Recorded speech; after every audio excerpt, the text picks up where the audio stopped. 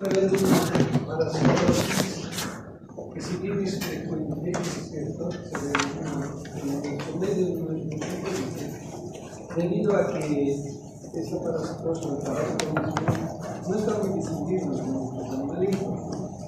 Si bien existen los programas de desparasitación, el cuidado que se tiene con los animales, así que la parasitosis sea poco frecuente en su medio, pero en trópicos, lugares cálidos, es bastante frecuente. En lugares donde hay arena es bastante frecuente, ¿ya? Es una parasitosis donde el hombre actúa como hospedador intermediario accidental. Sin embargo, los parásitos que albergan son parásitos de los mejores amigos, ¿no? Tanto del gato como del perro. En esta oportunidad vamos a hacer una mención rápida de estas zoonosis, que son parásitos de los animalitos y que se asemejan en cuanto a patología, en cuanto a ciclo biológico, a los parásitos que normalmente nosotros tenemos. ¿De acuerdo? Las patologías se conocen con el nombre de larva migrans, tanto cutánea como visceral. Dependiendo de los parásitos, puede ser cutánea o puede ser visceral. Larva migrans, su nombre dice larvas migrantes. Vamos a empezar por la larva migrans cutánea. Es una geolimpiasis que forma parte del complejo síndrome de las larvas migrantes. Nosotros a lo largo de la parasitología que estamos viendo ahora, de mitos, de mantenimientos, vemos que muchos parásitos ingresan por la piel. Vamos a ver más adelante, no sé si habrán tenido la oportunidad de haber visto espongiolisis temporales geolíticas. ¿Sí? ¿No es cierto? Espongiolisis temporales es una larva migrans espontánea o esporádica. ¿Por qué? Porque cumple el ciclo biológico este parásito. Espongiolisis temporales. Sin embargo, tiene una característica que se ha llevado en clases, ¿no es cierto? Que es la larva que migra espontáneamente, os digo temporalmente, para luego continuar su ciclo biológico y continuar con el ciclo biológico. En este caso no logran cumplir ese ciclo y por eso se llama síndrome de las larvas migratorias. Es una enfermedad parasitaria denominada larva migrans cutánea o dermatitis verminosa afectante. ¿Qué quiere decir dermatitis verminosa afectante? Que se produce una lesión a nivel dérmica por la migración de estos parásitos que son serpiginosas o terminosas, no sé en forma de S, que van avanzando de acuerdo a la motilidad que tienen estas larvas. Dos son los parásitos importantes: Ankylostoma caninum y Ankylostoma brasiliensis. Estos dos parásitos, ¿no es cierto?, son los parásitos anquilostomidios de los perros y de los gatos. Nosotros ya hemos llevado Ankylostoma duodenale y necatolamericano, llevaba eso en clase, ¿verdad? Son parásitos que viven en el intestino delgado del humano, ¿no es cierto?, producen anemia, tienen dientes, tienen placas cortantes dependiendo de la especie, ingresan por la piel, ¿no es cierto?, las larvas filariformes, cumplen un ciclo biológico con el ciclo de luz, producen neumonía del Löffler, ustedes ya saben eso en Ankylostoma. Estos anquilostomas son primos hermanos del Ankylostoma duodenale y del Ankylostoma necatolamericano y producen la misma sintomatología y el mismo ciclo biológico que los animales. Obviamente los perros no van a estar tosiendo, no escuchamos toser a los perros, pero tienen que hacer. ¿Es por qué? Porque las larvas están pasando por los pulmones de los perritos o los gatitos. Sin embargo, ahí cumplen el ciclo biológico completo. Cuando son eliminados en las heces fecales a través de los huevos, estos anquilostomidios, al igual que el Ankylostoma duodenale y necatolamericano, desarrollan las larvas, ¿no es cierto?, en el medio ambiente, las larvas raptitoides primero y luego las larvas filariformes. Estas larvas filariformes son la forma infectante de estas especies para el perro y para el gato. Pero estas larvas filariformes pueden invadir la piel del humano. tienen esa capacidad de, por penetración activa, entrar a la piel, pero no van más allá de la dermis. Se quedan en la dermis. Por eso se llama, ¿no es cierto?, dermatitis pigmentosa. Ahí se quedan las larvas filariformes, no son capaces de penetrar al tejido y llegar a los vasos para cumplir el ciclo de luz. Por lo tanto, se rompe el ciclo biológico, ¿no es cierto?, y se convierte el humano en un hospedador intermediario accidental. Estos parásitos, sin embargo, no mueren rápidamente. Quieren buscar entrar en el organismo y empiezan a formar, ¿no es cierto?, surcos o levantamientos a nivel de la dermis, ¿no es cierto?, que son muy pruriginosos. Y de ahí el nombre de larva migrans cutánea, porque estas larvas migran a través de la dermis, a nivel cutáneo, ¿no es cierto?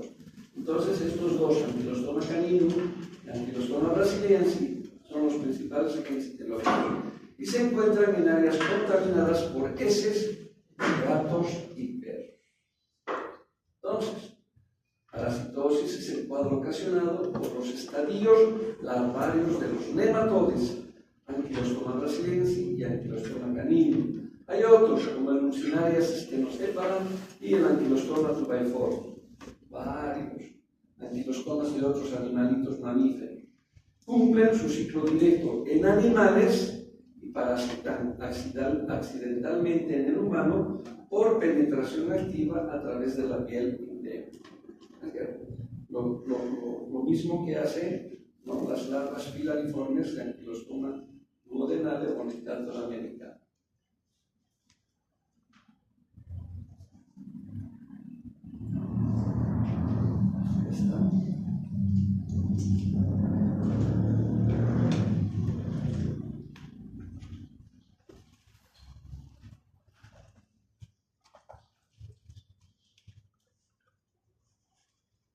El ciclo de vida. Los parásitos adultos, tanto Ankylostoma brasiliensis o caninum, se encuentran en el intestino delgado de los perros y gatos. Ovulan, ponen huevos y salen con las heces fecales. Al ponerse en contacto con la tierra húmeda, los huevos maduran y eclosionan las larvas L3, ¿cierto? Larvas filariformes. Estas larvas penetran por la piel del hombre, que no es su huésped habitual y no realizan su ciclo normal, sino que reptan por la piel produciendo este ciclo. En los perros y gatos, que son sus huéspedes normales, sí llegan al intestino delgado, donde se transforman en adultos para cerrar el ciclo. Producen exactamente lo mismo que producen en el ser humano las larvas o los parásitos que mencioné.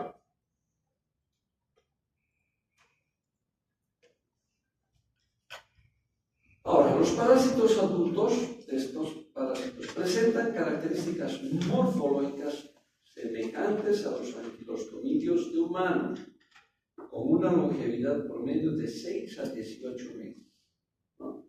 Más de 2 años, casi 2 años de vida tienen estos parásitos. Los huevos eliminados en las heces fecales eclosionan bajo condiciones adecuadas de temperatura, humedad, oxigenación. Ya saben ustedes lo mismo que pasa en el Ankylostoma duodenale.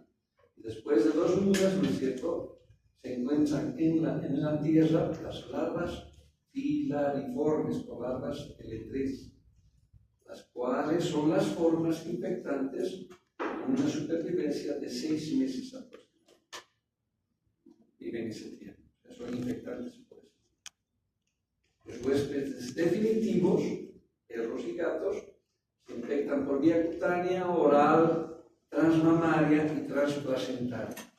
Que no pues en el humano, ¿no es cierto? En los animalitos, en los gatitos y en los perritos, puede pasar por la leche o bien por la placenta. Por eso es que muchos perritos nacen ya infectados con estos parásitos, desarrollando la forma adulta en el intestino, ¿no es cierto?, de canes y felinos, madurando más o menos en 4 semanas. Ese es el ciclo biológico de estos parásitos en los gatos y en los perros. Mucho no nos interesa, es más de interés de veterinarios. Sin embargo, el hospedador intermediario accidental es el hombre. Las larvas no pueden desarrollar su ciclo ciclo completo, limitándose a migrar por las capas superficiales de la piel. Durante semanas o meses, tienen en cuenta tiempo de vida, ¿no es cierto?, hasta 18 meses, dejando un rastro sinuoso en la piel. Entonces, miren, a esto se llama larva migrans superficial o dermis. Es constante.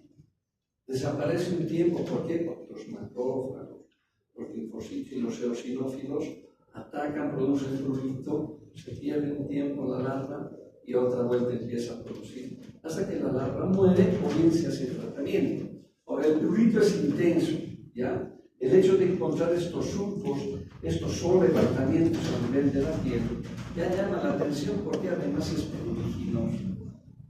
Uno piensa que colgando con un alfiler puede encontrar algún gusanito ahí. Eso es imposible. ¿Por qué? Porque los parásitos son microscópicos. El diagnóstico es clínico. El diagnóstico, ya saben, clínico epidemiológico, saber que hay perros, gatos, que hay la enfermedad, hay la parasitosis, hay las condiciones para poder adquirir esta enfermedad generalmente en las playas, en lugares donde hay arena, en los parques, donde los perros defecan, ¿cierto? Y los gatos también, y ahí dejan sus parásitos. Entonces, muchas veces, inclusive, haciendo una biopsia de esto, haciendo un corte, no logramos ver a los parásitos, ¿no? Porque van migrando. No sabemos si están aquí, están produciendo una dermatitis rectal. Esta enfermedad ustedes la van a ver con mucha frecuencia en el oriente. Santa Cruz de Lima. Aquellos que van a la playa, Lima, Chile, Argentina, en las playas, van a encontrar con frecuencia esta parásito.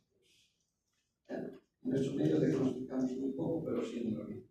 Esta es la Ankylostoma brasiliense. Si ustedes ven, también están unidos en su parte oral por dientes, ¿no? Por pares de dientes. Primo hermano de Ankylostoma duodenal.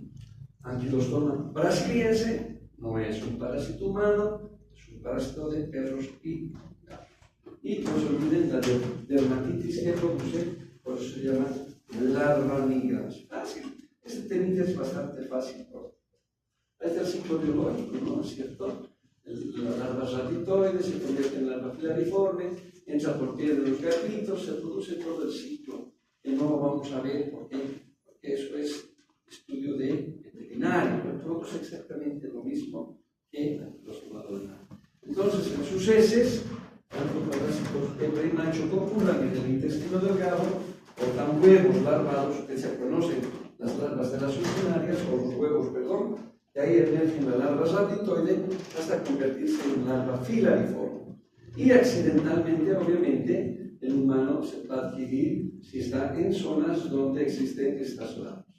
O sea, pueden estar en la piel, en la mano, en los codos, muy rara vez a nivel de la cara, ¿no es cierto?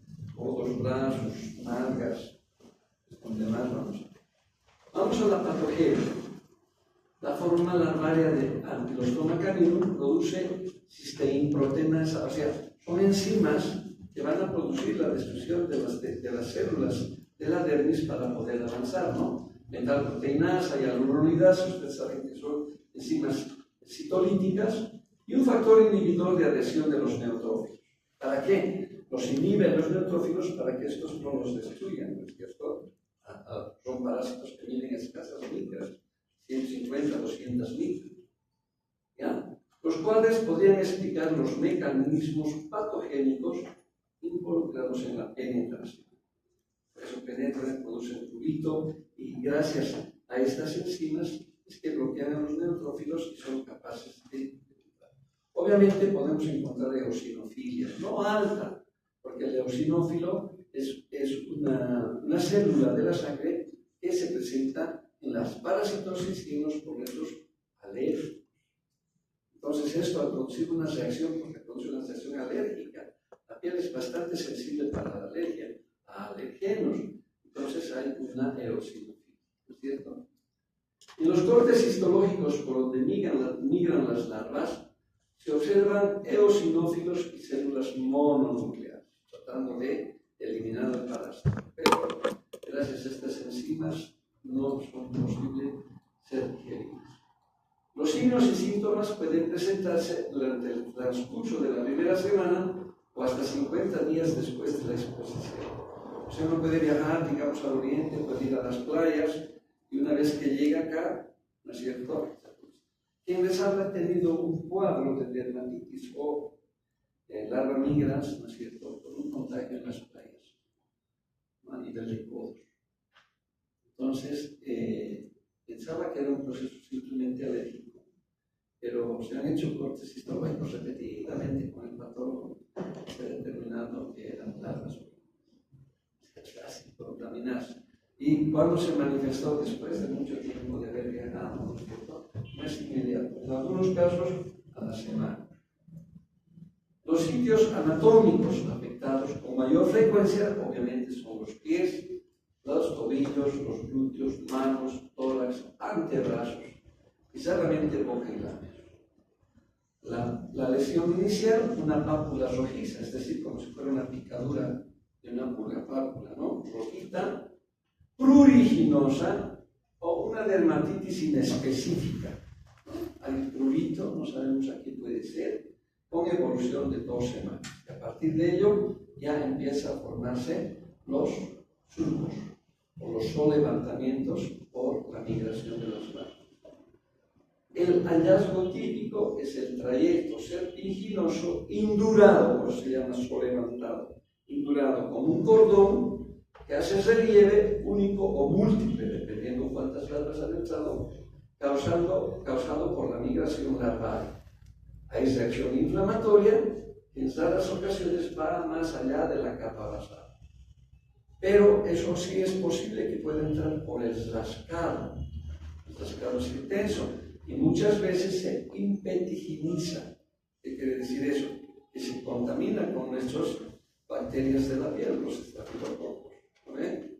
Entonces al rascarse se impetiginiza y se empieza a formar surcos de pus. Entonces eso significa que hay una larva migrans impetiginizada. ¿De acuerdo?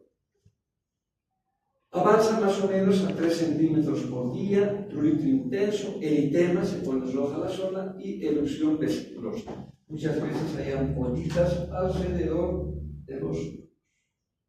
Está viendo varias imágenes de larva migrans cutánea en la pierna, en el pie, ¿no?, en el dorso del pie, en el tobillo. Entonces, lo único que nosotros tenemos que ver es estas imágenes, saber que se trata de larva migrans, cuáles son los agentes. Pare de contar. Ahí se dan, obviamente, antiparasitarios, se dan lociones antihistamínicas para poder aliviar las molestias, pero sí responden muy bien a los antiparasitarios. Ahora vamos a ver cuáles son. Miren ahí en la rodilla, en los dedos de la mano, y son surcos característicos. En el caso de Strongyloides stercoralis, ¿no es cierto?, esta migración es más sutil, más suave, no es tan surcos tan levantados como en el caso de estas larvas. Además es pasajero, ¿no es cierto? Eso también van a recordarse porque la Strongyloides stercoralis produce una especie de larva migras. Miren a los niños, esto ya es impetiginizado, ¿no? Ha habido surcos, no todos estos son, aquí seguramente se ha formado la migración larvaria, y por el rascado lo que se ha hecho es infectarse con el estafilococo de nuestros pies. Impetiginizado. Generalmente los surcos son simplemente así, pero el rascado es tan intenso que logramos producir algunas lesiones, ¿no es cierto? Ahí está la sintomatología. Dermatitis no específica, no sabemos a qué se trata. La lesión típica son los surcos, ¿no es cierto? Primero una pápula eritematosa, un nódulo rojo, que después la lesión migratoria, la pasa de 1 a 3 centímetros por día, pueden formarse ampollas, vesículas, alrededor por el proceso inflamatorio, ¿no es cierto? Cuando ya hay pústula quiere decir pus, ¿no es cierto?, con signos de inflamación, fibrosis. Eso es porque ya se ha impetiginizado.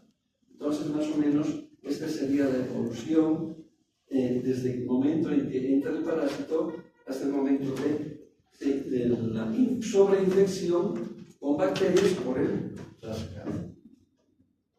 a veces es inespecífica, ya no sabemos a qué se debe, pero tenemos que ver. Este es el diagnóstico. El cuadro clínico usual, aunado al antecedente de contacto directo con la piel, con suelos contaminados, con excretas de perros o gatos, orientan al diagnóstico. O sea que el diagnóstico de esta parasitosis es clínica epidemiológica. ¿Está claro? La biopsia de piel, necesario para identificar la especie del parásito, tiene poca utilidad práctica, poca porque eso lo encontramos, ¿no? Además, con ciertas frecuencias negativas, es decir, se hacen biopsias hay que repetir para encontrar la respuesta. El diagnóstico serológico utilizando el método de Lisa es de uso frecuente. Cuando sospechamos y queremos determinar si realmente se trata de larvas migras, ¿no es cierto?, hay que usar el de Lisa con antígenos especiales. Antígenos específicos para Ankylostoma brasiliensis o Ankylostoma canino. ¿Está claro? O brasiliensis. Pero ya viendo los surcos, viendo los canales que van formando estos parásitos, ¿no es cierto?, los solerotamientos, y el diagnóstico es clavado. No hay dónde perderse. Va a ser más dificultoso, y ahorita les voy a contar cómo se encuentra cuando hablemos de larva migrans profunda. ¿Ya? Esta es superficial, esta es fácil. Entonces, esta imagen es fácil de acordarse. Miren en la playa los niños jugando en la arena, y ustedes van a ver los perritos abundan en la playa, obviamente se mantiene el ciclo. ¿No? Pues vean ustedes el perrito, la eliminación y todo el ciclo biológico que ya hemos visto. Ahora sí, por alguna razón el humano tolera el prurito y solamente no usa antiparasitarios, solamente usa antihistamínicos, antipruriginosos. Obviamente el parásito con el tiempo va a morir, ¿no? Pero va a tardar por lo menos un año y medio teniendo esa patología. Que no se va a complicar salvo se infecte. Es un corte histológico ya para ver las larvas a nivel de verdes. Ahí van avanzando y ahí se quedan las larvas filariformes. Vean ustedes, hay tratamiento. El medicamento de elección es albendazol, dosis de 400 miligramos día durante 3 a 5 días. Albendazol. También sirve la ivermectina. Se usa harta ivermectina, ¿no? ¿Para qué? Para el COVID. Dosis única de 200 microgramos por kilo peso. Y el tratamiento sintomático con el uso de antihistamínicos, en casos de excesivo prurito es necesario usar antihistamínicos, y antibióticos en los casos que sea sobreinfectado, ¿no? Cuando hay prurito se forma pus, se hace forma pústula, y ahí obviamente hay que dar antibióticos. Fácil, este temita es fácil. En el examen habrá una pregunta máxima, es demasiado sencillo. La profilaxis. En zonas endémicas, tratamiento periódico de perros y gatos a partir de las 4 semanas de edad. ¿Por qué? Porque hemos dicho que esta parasitosis puede ser heredada de la madre por la placenta o por la leche. Desparasitación periódica mínima 2 veces al año. Evitar el acceso de los animales a áreas de juego como playas de arena. Educación a la población en la crianza e higiene de sus mascotas y eliminación adecuada de sus excretas. De actuar, hay una ley, ¿no es cierto? Nos indica que debemos limpiar las excretas de los animales, hay lugares específicos para hacer pasear y que los perritos hagan sus necesidades. ¿Está claro hasta ahí alguna pregunta? Súper sencilla. Ahora, la larva migras visceral es otro parásito, pero que en vez de entrar por la piel, entra por vía oral. Estos son parientes del Ankylostoma duodenale o americano. Pero el que va a producir larva migras visceral es un parásito que entra por vía oral. Ahora, ¿quién es el agente teórico? Son los ascaris del gato. Hemos visto en la práctica de ascariosis, ¿no? Hemos visto unas larvas de perro. Entonces, no larvas, sino gusanos adultos de perros, ¿no es cierto? son primos hermanos de nuestros ascaris umbilicoides. Es decir, que el perrito tiene sus lombrices y que ingieren estas lombrices, ¿no es cierto?, al ingerir huevos larvados, ¿no es cierto? Igual que ascaris umbilicoides. Ascaris umbilicoides es un geominto. Este parásito también es un geominto. ¿Por qué? Porque requiere madurar en la tierra y hacerse infectar. El parásito se llama Toxocara. Toxocara catis o Toxocara canis, dependiendo si es del perro o del gato. ¿Están de acuerdo? Entonces el perrito tiene la misma sintomatología, el mismo hábitat, vive en el intestino delgado de los animalitos, la hembra y el machito de la Toxocara cruzan y eliminan huevos embrionarios, los mismos que van a madurar en el medio ambiente. Ustedes ya saben, con ascaris umbilicoides, solo que aquí varía el parásito, es la toxocariasis. Ahora vean, la toxocariasis es un problema de salud pública cuya magnitud no ha sido bien definida. En nuestro medio es probable que haya. ¿Por qué? Porque en las desparasitaciones que se hacen a los perritos botan los ascaris, sus ascaris, que no son ascaris, sino se llaman toxocara. En una práctica de laboratorio hace 2 semanas, nosotros pasamos clase en laboratorio clínico, y trajeron esos fecales de perro, ¿ya? Y encontramos toxocariasis. Pero el diagnóstico no es fácil. Ahora vamos a ver. La larva migrans visceral, es interna, es usualmente una enfermedad más frecuente en niños de unos 5 años, porque juegan en la tierra, obviamente, los cuales tienen antecedentes de geofagia opica. ¿Qué es la geofagia opica? Ese deseo y esa necesidad de ingerir tierra. ¿Ya? Es muy frecuente en ascaris umbilicoides, es muy frecuente en strongyloides estercorales, es muy frecuente en mucinarios, en Trichuris trichura. Todos esos nematodmitos producen geofagia opica. La larva migrans ocular se da en niños mayores entre 5 y 10 años y adultos. Poco frecuente. Muy rara larva migrans ocular. La prevalencia obedece a que la transmisión se ve favorecida por la humedad y una temperatura ambiental alta. Entonces, mucho más frecuente, se transmite con más facilidad en lugares húmedos y cálidos. Ayuda, como el ascaris umbilicoides, trichura, ustedes saben, es mucho más frecuente en lugares cálidos, ¿no es cierto? En nuestro país. El agente causal de la larva migrans visceral responde a Toxocara canis, más frecuente en el ascaris del perro, Toxocara catis, Toxocara felis y Toxocara leonina. El catis y el Toxocara canis son los más frecuentes. Es una zoonosis, ¿por qué? Porque es ascaris de los perritos y de los gatitos. Y el hombre comparte, ¿no?, como hospedador intermediario accidental. Después de una larga permanencia, el parásito no puede llegar a su estadio adulto y muere, fallece en la cavidad peritoneal. Se llama visceral. El ciclo biológico del Toxocara es idéntico al que se produce con ascaris umbilicoides. Es exactamente igual. Los perros jóvenes pueden adquirir la infección por ingesta de huevos infectantes vía transplacentaria o por ingestión de larvas encapsuladas en tejido de huéspedes paratémicos, o sea, roedores, ¿no es cierto? Algunas veces los perritos, los gatitos, bueno, comen roedores. Los perritos a veces ingieren otros animalitos, ¿no es cierto? Tienen mucha hambre y pueden adquirir las larvas a través de la ingesta de larvas, pero es más raro. Entonces las larvas son idénticas, son similares a las larvas filatiformes, ¿no?, de cualquier otro parásito. Puede ser de Toxocara, puede ser de mucinarias, es muy parecido, ¿no?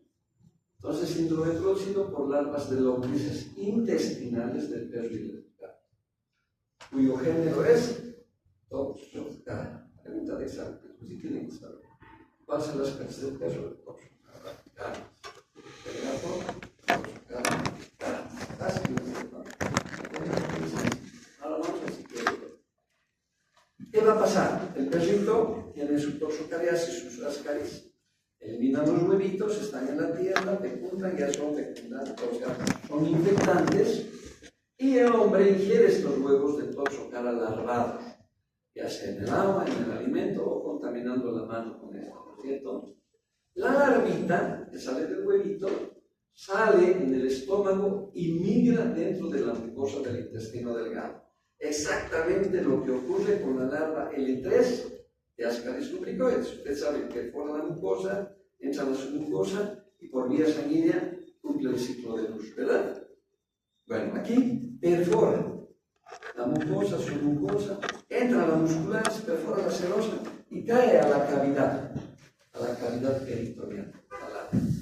No se va, no entra a los vasos, no cumple el ciclo de luz. Va y se entra hasta los vasos, entra a la cavidad peritoneal, ¿de acuerdo? Entonces, en algunos niños la infección puede no ser suficiente para alcanzar un umbral de reactividad y no haber síntomas presentes. Esta forma clínica ha sido considerada inaparente o larva migrans occulta. O sea, ¿qué quiere decir esto? Que la invasión de las larvas, ¿no es cierto?, no da ninguna sintomatología, no es una infección suficiente para que haya química, pero hay las larvas ahí, que puede ser un hallazgo anatomopatológico, ahorita les voy a explicar cómo es eso. Y obviamente se llama larva migrans oculta, ¿no? Nunca se llega a enterar. Por eso el diagnóstico de larva migrans visceral es difícil. En el hígado, como viaja por el peritoneo, se va y se pega al hígado, pero no lo invade al hígado, sino se va a pegar al parénquima, a la cápsula de Gleason que está por afuera, y va a ir a formar, ¿no es cierto?, granulomas, es decir, una reacción de neutrófilos y macrófagos que tratan de eliminar, pese a que el parásito no va a invadir, y se forman granulomas, pequeñas bolitas fibróticas, ¿no?, que está lleno de neutrófilos y macrófagos. Se llama un granuloma. Se forman células gigantes de largas, y estas van a tratar de querer fagocitar al parásito y se forman los granulomas. Los granulomas, piensen ustedes, es una manifestación clínica de defensa del organismo frente a cualquier noxa que trata de deshacer, ¿ya? Por ejemplo, hay granulomas pulmonares en tuberculosis o granulomas renales por cáncer. Son células que el organismo trata de defender y forman nódulos, granulomas. Y son blancos para la adherencia de bacterias, como el estafilococo aureus. Eso nos puede dar una complicación. Se ha descrito granulomas hepáticos eosinofílicos sin reconocimiento del parásito. El parásito ya ha desaparecido, pero sí queda el granuloma. Por eso el diagnóstico de esta parasitosis es difícil. No se hace un diagnóstico fácil. Ahí están, miren, los ascaris son exactamente iguales, como han visto en la práctica, son más delgaditos, ¿no? Toxocar, Salmosaurus. Son más delgaditos, miden menos tamaño que nuestros ascaris, 4 a 6 centímetros, y miren los huevitos, son exactamente iguales a los huevos de Ascaris lumbricoides. No tan mamelonados como los de Ascaris lumbricoides, pero muy semejantes. En cuyo interior se encuentra la larva, ¿no? Pueden ver. Lo mismo que las funcionarias brasiliensis, Ankylosoma brasiliensis, lugares de arena son importantes donde los perritos van a depositar en tierra, ¿no es cierto?, sus heces fecales, en los cuales van a eliminar los huevos y van a desarrollar. La morfología es exactamente igual. Miren, 3 labios, ¿no? Las Ascaris lumbricoides tienen 3 labios. Se fija la mucosa y se alimenta, tienen factores foliatriz, acción patógenas foliatriz, los perritos son delgaditos, flaquitos, raquíticos, desnutridos. Y ahí verán que ese es el huevito de Ascaris lumbricoides que se encuentra en las heces fecales de los la práctica para ver y no confundirse con los parásitos. Ahora, obviamente,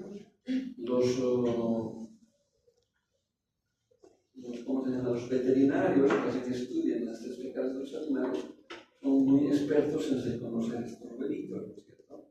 nosotros casi no vemos, en el laboratorio casi no se ve, pero sí en prácticas en nuestra universidad, como tienen que estudiar muchas cosas, tienen que explicar que los niños tienen más suerte en encontrar toxocardia. Es decir, ahí está el ciclo de la toxocariasis, penetran el intestino y hacen migración. Se llama visceral porque pueden ir por la cavidad, pueden irse al páncreas, pueden irse al vaso, pueden irse a los riñones, pueden ir a los pulmones, ¿no es cierto? Sistema nervioso central y masa es casi poco probable. Generalmente estas larvas les gusta migrar por el espacio peritoneal. Ahí es donde generalmente se encuentran los granulomas, ¿no? Nunca he visto un caso o he escuchado un caso de toxocariasis o larva migras visceral a nivel de corazón, pulmones, llenos de... he tenido mucha experiencia cuando estudié en el exterior, sobre todo en Chile. He tenido la suerte de qué? De hacer diagnóstico de esta enfermedad en clínica. O sea, cuando estábamos haciendo pasantía por consultorios, ¿no?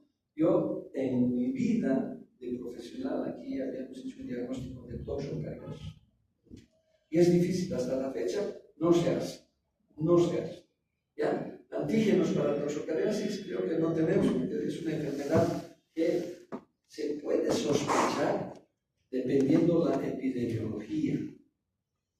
Les voy a dar un ejemplo para que ustedes tengan una idea. Si ustedes van a Lima, o van a Chile, o a la Argentina, ¿no es cierto? Hay una gran población de gatos. Estoy hablando de países vecinos. Gatos. En La Paz, en Bolivia también hay gatos, pero no en la cantidad que hay en esos países. ¿De acuerdo? Entonces vamos a retroceder en años. Y en esos países se estudiaba y se diagnosticaba con mucha frecuencia una enfermedad de los gatitos. Ustedes lo van a llevar más adelante. Y que se llama... ¿cómo se llama? Toxoplasmosis. La toxoplasmosis, ¿no? La toxoplasmosis ya se diagnosticaba en esos países porque la toxoplasmosis es una enfermedad que da una clínica muy importante, sobre todo en las mujeres, y mucho más importante en mujeres embarazadas. Entonces, esta toxoplasmosis, obviamente, ya anteriormente se estudiaba con mucha frecuencia, se tenían métodos de diagnóstico, se sabía cómo era la enfermedad, se estudiaba la enfermedad. En Bolivia, hasta los años 85, 90, no se diagnosticaba toxoplasmosis. No se diagnosticaba. ¿Ya?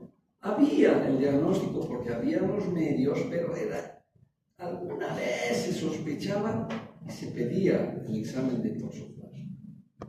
No sabíamos cómo eran las manifestaciones, no sabíamos la frecuencia, no estudiábamos, ¿se dan cuenta? Como muchas parasitosis, fasciola hepática, por ejemplo. O sea, estudiaba fasciola hepática, pero en las vacas, en el ganado ovino, ¿no ven? Pero en el humano, esporádicamente algún casito, los médicos de infectología diagnosticaban, hasta que ve un grupo y dice, oye, si hay fasciola tanto en la vaca, y el hombre es un hospedador definitivo, han empezado a estudiar y han encontrado nuestra área endémica. El grupo del doctor Aguirre y los españoles, ¿se acuerdan? Les han contado eso en fasciola hepática. Entonces ahora, fasciola hepática, ya hay que hacer diagnóstico porque sabemos que la parasitosis está en nuestro cuerpo. Lo mismo ocurrió con toxoplasma gondii. Se empezó a estudiar y, ¿saben? Empezamos por la cola. Empezamos a estudiar y a buscar toxoplasma gondii en pacientes que estaban dando a luz. A la vez, de alguna manera, ahí se encontraba el toxoplasmosis, ¿no? Haciendo estudio de cortes en placentas. Entonces, como la placenta era un órgano que podíamos conseguir con facilidad, entonces cada parto que había placenta que mandábamos al laboratorio para que hagan estudios. Y ahí se empezó a determinar que sí, obviamente, había cuadros de toxoplasmosis en el cuerpo. Y desde entonces entra, ¿no es cierto?, a formar parte del TOCH famoso para hacer diagnóstico de todas las mujeres embarazadas. O pacientes que tienen sintomatología por estas, son bacterias, virus y parásitos en todos. Entonces hay que hacer pesquisa de esas enfermedades porque son frecuentes en nuestro medio. En cambio, para Toxocara calis o para larva migrans visceral no hay eso. Pero deberíamos hacer. Entonces, cuando tuve la suerte de estar allá, en Chile, como la frecuencia de la enfermedad es alta, hay perros, hay gatos, hay playa, hay arena, ¿no es cierto? Ellos ya tienen métodos de diagnóstico serológicos rápidos y sospechan, sobre todo cuando tienen cierta cantidad de eosinofilia. Ustedes saben que los parásitos siempre nos dan eosinofilia, siempre. Cualquier parásito, ascaris, pero algunos más que otros, ¿verdad? Cuando es persistente la eosinofilia, sin ser alta, podemos sospechar de este tipo de larvas, sin que haya sintomatología. Sin que haya, por ejemplo, en ascaris lumbricoides hay eosinofilia, ¿verdad? Hay, pero se acompaña de alguna sintomatología. ¿Qué sintomatología acompaña? El RAS, ¿se acuerdan del RAS alérgico? No, los que tienen ascaris siempre tienen un poquito de RAS alérgico. Esa es una manifestación que va acompañada a la eosinofilia en los ascaris. Ahora, si encontramos otra eosinofilia, debe ser cualquier otro parásito. Y si no hay sintomatología, con mayor razón, en nuestro medio, ¿en qué pensamos? Eosinófilos, ya puede ser ascaris, techuris, hasta amebas, en amebas, ya de alambre, protozoarios. ¿Por qué? Porque eosinofilia es sinónimo de parásito. ¿Están de acuerdo? En nuestro medio. Allá en Chile, eosinofilia persistente sin sintomatología, ¿qué sospechan? Larva migrans visceral. Toxocarias. Yo me quería hablar, ¿no es cierto? Que el macho escuchaba la toxocara. Es una larva migrans visceral, pero no da sintomatología. Y ellos sospechan, y mandan inmediatamente al laboratorio para hacer serología para toxocara. Y el diagnóstico es positivo. Y obviamente dan tratamiento. ¿No? Pero en el 90% esta larva migrans visceral es asintomática. Y cuando tuvimos oportunidad de hacer cirugía abdominal, ¿no es cierto? Entonces hacíamos, operación de trompas, miomas, todo. Mi profesor decía, vamos a ver si hay granulomas. Y veíamos, inspeccionábamos el hígado y realmente había granulomitis. ¿Por qué? Porque es una enfermedad frecuente. Granulomas por toxocarias. Vean ustedes, es importante saber la incidencia de la enfermedad. ¿De acuerdo? Estas dos larvas se parecen mucho a Staphylococcus estercolans. Son larvas migrans, viscerales de Toxocara calis. Vamos a la patogenia.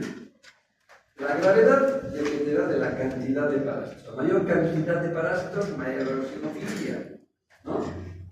El órgano afectado, depende del órgano afectado, el hígado, vaso. Bueno, aquí ya hablaba de problemas a nivel pulmonar, pero nunca lo he escuchado. Y además de la respuesta inmunológica del hospedador. Produce cuadros asintomáticos, subagudos y agudos. La infección sistémica es relativamente común en los humanos. Se caracteriza por qué. Cuando hay una infección, está el parásito migrando por el intestino. En algunos órganos no hay fiebre, síntomas, si está en cavidad pulmonar, signos pulmonares, ¿no es cierto? Hepatomegalia, marcada eosinofilia e hipergamaglobulinemia. La gamma-globulina es la que se eleva, es una inmunoglobulina que de alguna manera va a producir cierta respuesta inmunológica frente a muchos agentes, a muchas noxas. Se presenta usualmente disminución en la agudeza visual cuando ataca la cavidad ocular, estrabismo, pseudotumor de retina, nunca visto, infecciones severas, endoftalmitis, hemorragias retinianas, papilitis, lindociclitis. Tal vez estos cuadros, sí, cuando se encuentran, evidentemente este tipo de patologías hay en nuestro medio, ¿no es cierto? Hay hemorragias retinianas, sobre todo en Santa Cruz. Yo he visto mucha hemorragia retiniana, hay iridociclitis, ¿no es cierto? Inflamación del iris. ¿Quién nos dice que lo mejor sean larvas migras viscerales? Como no estudiamos, y ahora estamos con un problema oftalmológico, ¿no? Se dan cuenta. O sea, hay mucho todavía por investigar y por estudiar allá, sobre todo en nuestro medio, ¿no? Ya estos son cortes histológicos, pero no sobre los tejidos, donde se encuentran. Entonces hay que investigar, hay mucho para investigar. ¿Cómo se hace el diagnóstico? Las técnicas serológicas para detectar anticuerpos son indispensables. No hay otra forma. No hay ni radiografía, ni ecografía, ni clínica siquiera. Produce anticuerpos excretores, ¿no? Productos son usados en la técnica de ELISA para toxocariasis, con alta especificidad y buena sensibilidad. Hace detección de anticuerpos IgG, IgM e IgE, que son las que actúan superficialmente, ¿no es cierto? No están dentro de los órganos. Western blotting, que es una prueba específica para inmunoglobulina G, para los inmunodiagnósticos de toxocariasis humana, se usa con alta sensibilidad y especificidad, evitando problemas de reactividad cruzada, es decir, de que pueda ser por otro parásito y nos dé falsos positivos, no falsos negativos, con suelos infectados con otras enfermedades por el virus. Generalmente nosotros no hacemos detección del helmintiasis por serología, ¿no ven? No se hace, chicos. En el examen nos van a preguntar eso. ¿Por qué crees que no se hace diagnóstico serológico para la helmintiasis en nuestro medio? A ver, una idea. ¿Quién me puede decir? Hay antígenos, hay poco antígenos, pero no se hace. Y el profesional idóneo nunca lo va a pedir. ¿Por qué cree, señorita? ¿Fuerte? Porque se encuentra en las vísceras. No. En general, para los helmintos, áscaras, succinar, todo lo que estamos viendo entero, todos los bichitos que vamos a ver, los gusanos redondos, no se hace. No se hace. ¿Por qué cree? A ver. Perfectamente. No. Que nos puede dar respuestas por infecciones cruzadas, ahí lo dice. Cierto. ¿Por qué no? Porque los parásitos helmintos gastrointestinales, generalmente en el humano, ¿no es cierto?, se diagnostican fácilmente por un diagnóstico de coproparásito. Son parásitos gastrointestinales. El 90%. ¿Vale?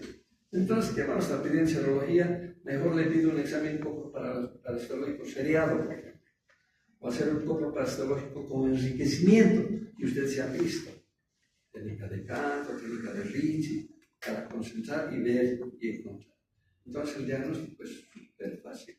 Aquí vamos a estudiar serología, es utilizar mucha tecnología para un diagnóstico sencillo, sobre todo en nuestros parásitos que son intestinales. Cuando veamos parásitos hemotisulares, por ejemplo, que también se tienen que ver en forma directa, exámenes directos, pero sospechamos, por ejemplo, Chagas.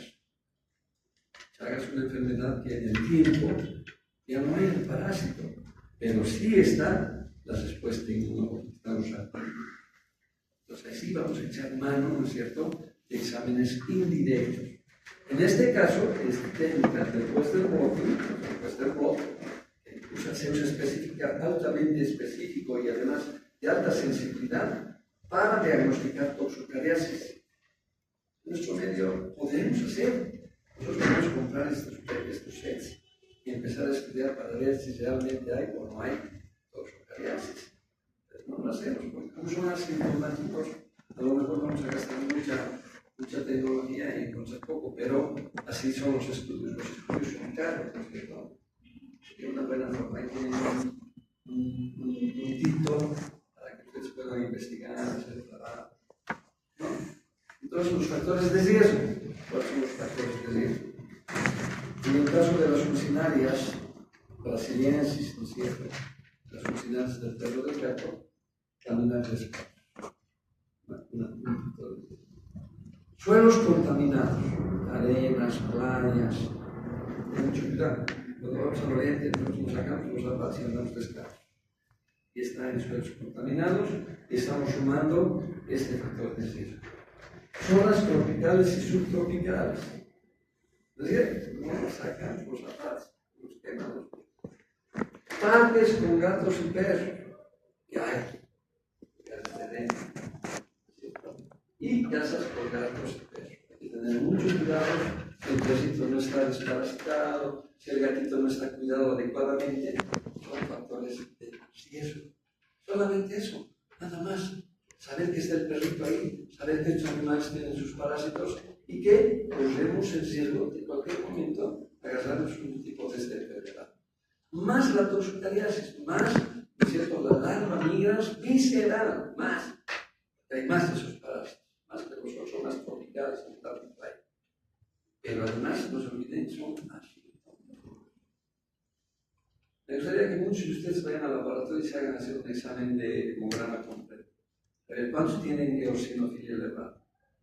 Para algún parásito, seguramente. Seguramente. Eso es todo. Nada más. A ver, preguntas. Aquí lo que tenemos que saber es toxocaracaris. Es cierto, anquilosoma brasiliensis, anquilosoma canis, es cierto. Y que son los predadores